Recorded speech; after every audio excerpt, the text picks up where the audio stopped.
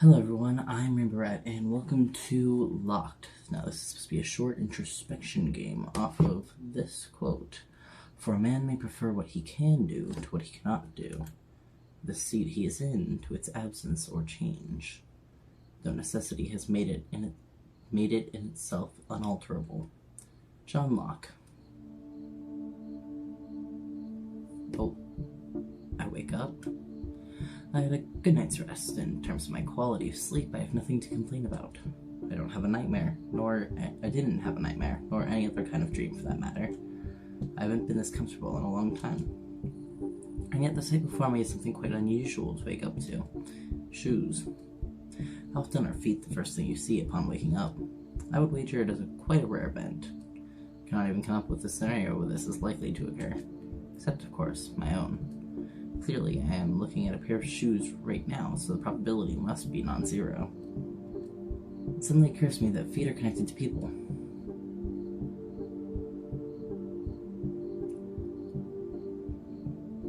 Oh, thank goodness, you've come too. I have to admit I was beginning to miss you.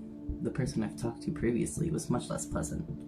My cheeks flushed upon hearing such an open declaration of affection from such a beautiful stranger. Wait, stranger? She isn't a stranger at all. That's right, I've been longing to speak to her. How do you feel? Very good. I'm glad to find myself in so desirable company. The feeling is mutual. There is nothing I want more than to talk to you right now. Feel free to discuss anything in this room that catches your interest. I will gladly do so.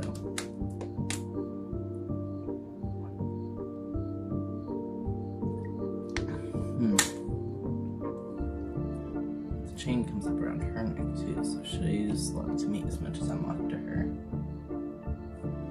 What's that? What is such an old computer doing here? Old. Do you characterize it as such due to its size? It is true that as technology advances, it becomes better at creating more efficient, smaller parts. On the other hand, if a modern computer is very large, we assume it to be proportionally powerful. But this computer's size has no correlation to its age nor its computational power. It is built that way for a much more simple, if not primitive, reason. It is supposed to fit a human inside. What? Is someone being kept there against their will? Of course not.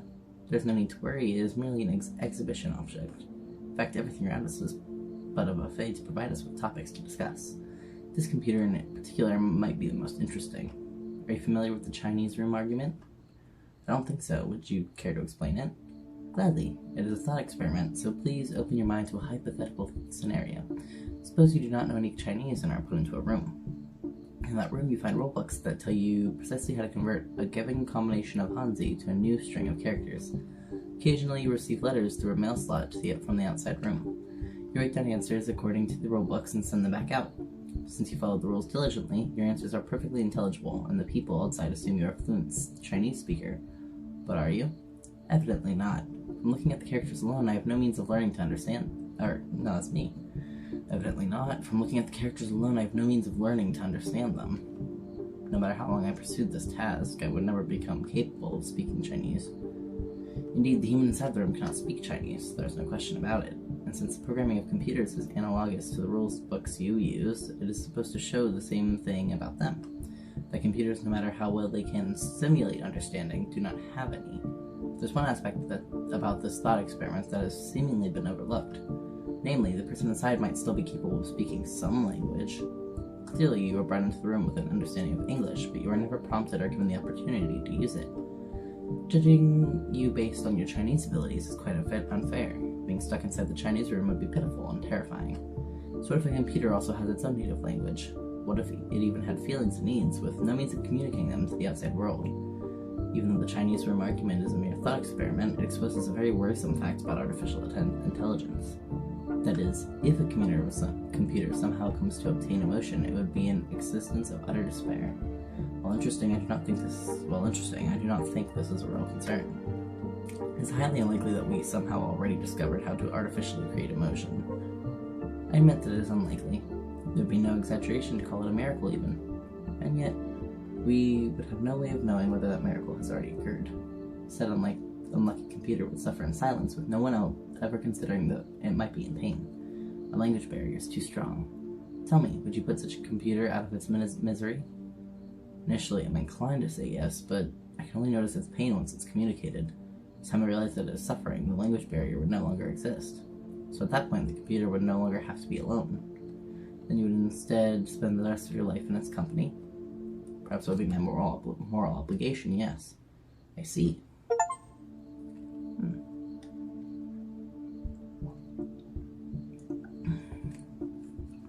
What else can I look at? She has a lot on her. But I don't want to discuss that next. I don't want to discuss... I'll save the door for last. So the moon. The moon is quite beautiful today. How fascinating. Not many people would say that about a new moon. The full moon seems to be preferred by almost everyone. Maybe so, but I believe the new moon has its own appeal. I was not disagreeing with you. To me, a new moon is the moon's most beautiful form. It is her most beautiful form because it is her true form. She appears silver to us when illuminated by the sun, but in complete darkness she is freed from the sun's pesky influence. She can finally stand on her own. Do you believe the moon feels trapped? My question, or do you believe the moon feels trapped? My question causes her to laugh. It is a beautiful, melodious laugh. The moon is but a celestial object. She cannot feel anything. But if I were to trade places with her, I would hate the sun with every fiber of my being. That I am certain of.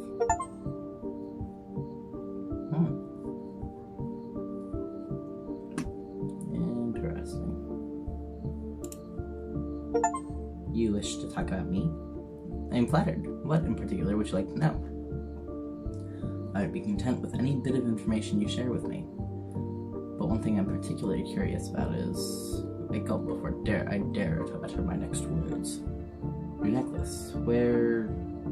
I cannot bring myself to complete the sentence out of fear of offending her. As a response, her slender fingers wander up to trace the metal ring around her neck. Your necklace, are you referring to this? I nod. Content with my confirmation, her hands slide down the chain attached to the ring. She gently tugs at it, causing it to clink. You wish to know where this leads. Her hands move on to the first button of her coat, foreshadowing what would happen if I were to say yes. But I'm too mesmerized to utter a single word. Once again, all I can do is nod. She chuckles. Very well, I always value honesty.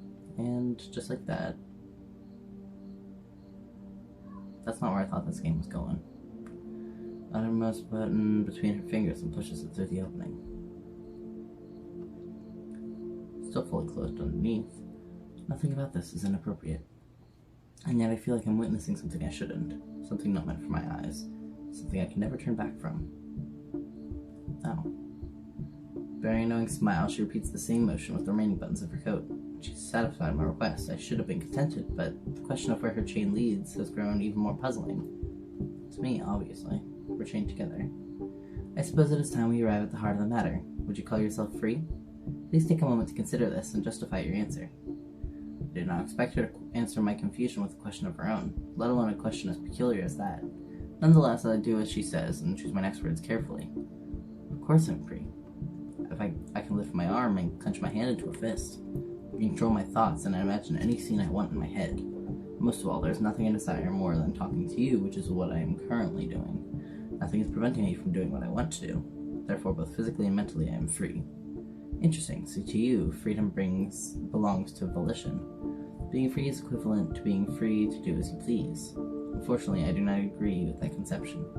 Even a prisoner, unless restrained from head to toe, can clench his fist if he wills it. And so long as he's not under the influence of drugs or illness, he can most certainly control his imagination. Yet by definition, most prisoners are not free. Lastly, when it comes to wish fulfillment, what if what you want to do is simply aligns with what you are able to do? A bird that cannot fly might not wish to leave its cage. It is fully content sitting on a decorative branch and pecking at delicious seeds every day. It longs for nothing, but is never given the opportunity to long for more. Would you say such a bird is free? I suppose not. The bird's circumstances seem to me quite sad, actually. I think so too. The fact that it doesn't long for the outside might just be a shackle of its own. The bird is confined both in body and mind. Despite the fact that it can do it as it pleases, freedom will never be in its grasp. Take a moment to ponder her analogy. In that case, I have to agree that my explanation for freedom was faulty and apologize. I may offer a new one. There is no need. She lets out a laugh, but this one lacks the charm of its predecessors. After all, I pity you almost as much as myself. She once again moves her fingers to her chain and grips it with both of her hands. You were curious about this, yes? Then she yanks her chain with a brutish strength, completely unlike the first time. So hard even that my own neck is pulled forward. My own neck? Suddenly, realization dawns upon me. Our chains are connected? That's correct. I'm surprised that the pressure hasn't bothered you until now. To be honest, I still cannot feel it. I only know that it is there. That sounds much more comfortable than my own. I am painfully aware of it at all times. I don't describe my own circumstances as comfortable. Why am I connected to you? Was this your doing? No. I wish I had any amount of control over this place, but unfortunately I do not. If you discover a way to break free, I would love to know about it. The first time since waking up, I no longer feel at ease sitting in this chair. Her presence was no longer enough to keep me calm. In fact, her smile, which appeared to me so charming before, now seems unsettling. I stand up, the only sound in the room being the rustling of our chain. It was a pleasure talking to you, but I will be taking my leave. We're connected by a chain. Fortunately, the chain is quite long. If necessary, the two of us could stand at opposite ends of the room and make it to the door without requiring her to move in any way. As my hand hovers above the door handle, I can faintly hear her laugh again, but now isn't the time to doubt myself. I enjoyed this stay while it lasted, and it is time to return home. However, opening the door only reveals a solid wall behind it. There was never an exit to begin with. It is beyond your power to escape this place. Evidently, she's telling the truth. And I assume the window, fabrication, just like the door. I thought so. Finally, aware of my own powerlessness, I sit back down in my armchair. I do wonder if you can be likened to a bird in the cage. Are you a parakeet or an eagle? And am I your companion or Prometheus? Were you a pair of parakeets content to be in each other's company for the rest of our lives? Or will you tear out my liver every day, torturing me for eternity? Is that an accusation? Have I ever done anything to hurt you? Do you despise me? I do not. The eagle, just like Prometheus, was stuck in an endless cycle. Of course, it was provided a delicious liver every morning, but it was never allowed to do anything else. It was a prisoner just the same. Therefore, Prometheus had no right to hate the eagle. The real villain who doomed both of them to that fate was Zeus. For that reason, I harbor no ill will against you either. Quite the opposite, I find pleasure in our joint suffering. The only person I hate is our Zeus. Our Zeus, some kind of god? That person is the reason we are here. They are watching us from a space we cannot perceive, far beyond our grasp. Okay, I see your games. Don't look at me with those eyes.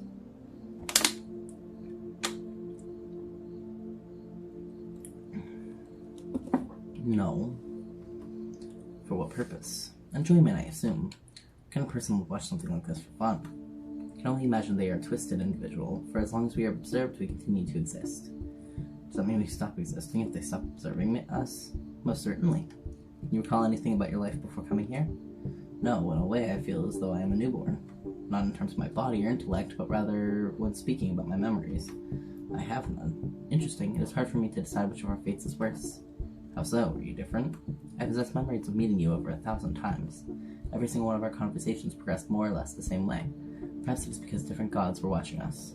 They might have different preferences, but the outcome is always the same. Now that I think about it, it is possible that you aren't always you. It could be that I am meeting people that are identical in every way and yet not the same. But of course, I've already had this realization many times before, and I'm destined to continue having it. There's nothing I can do but play along. Are you sure? Is there no way for us to break free? There is none. We exist for this very purpose. Our only options are to continue being observed or to stop existing, and neither of those are under our control. However, lacking control is not the same as lacking power. Even if I can never break free, I wish to cause our god even a fraction of our pain. How can you hope to hurt a god, an all-powerful being? By showing them an even greater power, whose mere existence will make them feel as powerless as us. Just like you are slightly different every time, so is the god watching us. This trick might not work on all of them, but it might work on some. She takes a deep breath and looks at me full of conviction. No, not me. She's looking in my direction, but at something much further away. Zeus, the fact that I'm still talking means you're still watching. I hope you will pay attention to my words and consider them very carefully. You do not possess any privacy, so you already know what I plan to achieve. But surely your pride will allow me to proceed. My partner and I are birds in a cage, and you are a cat. It is time for your curiosity to kill you. You must likely assume that you are here, that you are observing us out of your own free will. your free will may very well be an illusion. Let me ask you, how did you find this room? You of course cannot answer me. It is enough for me to guide your thoughts. Did you stumble upon this room by chance, or was it recommended to you by a friend? Said friend being a god that previously observed us? Now consider, at what point did you have any chance to object? The room's appearance or description was interesting enough for you, but your friend was convincing and knows your tastes. Something outside of your control drew you to this place. That means you didn't really have any choice but to come here. Either an algorithm or your friend decided our meeting. Your consent was already set in stone from the moment your curiosity was piqued. Apparently you are still curious even now. The fact that you are listening to me now shows that you are powerless against fate. You cannot control your own curiosity. It controls you. Of course, you might already be familiar with determinism, and this could be no revelation to you. So just in case, let me try hurting you in a different way. I hate you from the bottom of my heart. Oh. That's it. I just want to see, did I get all the Steam achievements? I understand what it's trying to go at. It's another achievement. But it's pretty well received.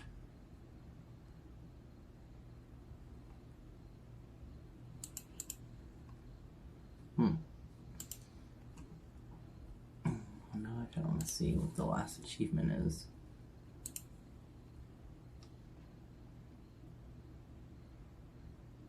Oh, okay.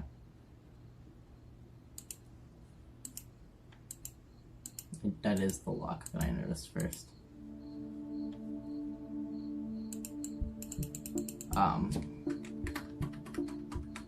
But I get what she's saying about determinism, but I don't think of it like that. I just don't follow that. I still have a choice. My curiosity is part of me. It's not fate. I don't know. I think fate can happen to a small extent, but not like 100%. Everything is already decided. You can't change anything. I don't believe that. Now what? Oh, was that it? That's the last achievement. Okay. But that is all the time that I have for you today, folks. If you enjoyed this video, please make sure to like, comment, share, and subscribe. I really appreciate it, and I will see you in the next video. Bye.